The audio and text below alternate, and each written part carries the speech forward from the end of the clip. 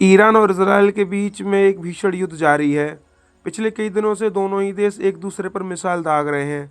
अब बड़ी बात यह है कि इजरायल किसी भी कीमत पर नहीं चाहता है कि ईरान एक परमाणु संपन्न देश बन जाए। लेकिन सवाल तो यह है कि आखिर कुछ देशों के पास जब न्यूक्लियर वेपन्स है तो ईरान को ऐसा करने में क्यों रोका जा रहा है। ऐसा क्यों होता है कि सिर्फ कुछ ही देशों के पास परमाणु हथियार है, वहीं बाकी देश इससे वंचित चल रहे हैं। जानकारी के लिए आपको बता दें कि इस समय यूके, अमेरिका, रूस, चीन, फ्रांस, भारत, पाकिस्तान और उत्तर कोरिया के पास परमाणु हथियार है। ऐसा कहा जाता है कि इजरायल के पास भी न्यूक्लियर वेपन्स मौजूद हैं, लेकिन उनसे वैश्विक पटल पर कभी भी इस बात को स्वीकार नहीं किया है। अब आखिर सवाल ये उठता है कि कई ऐसे देश क्यों मौजूद हैं जिनके पास अभी भी परमाणु हथियार नहीं है। इस सवाल का जवाब है परमाणु अप्रसार संधि। इस संधि को वर्ष 1968 में अपनाया गया था और 1970 तक यह लागू भी हो चुकी थी। इस संधि का सिर्फ एक ही मकसद था कि दुनिया को परमाणु हथियारों के खतरे से किसी भी कीमत पर बचाना था। अब कहा जा सकता है कि इस संधि की वजह से ऐसा हुआ भी, क्योंकि आंकड़े बता रहे हैं कि वर्तमान में 190 ऐसे देश मौजूद हैं जिन्होंने इस संधि की कभी शर्तों को नहीं माना है। अब यहाँ पर एक और सवाल आता है कि जब संधि के तहत सिर्फ कुछ ही देशों को परमाणु हथियार रखने की इजाजत थी तो भारत और पाकिस्तान जैसे देशों ने इसे हासिल कैसे कर लिया। अब इसका जवाब एकदम स्पष्ट है।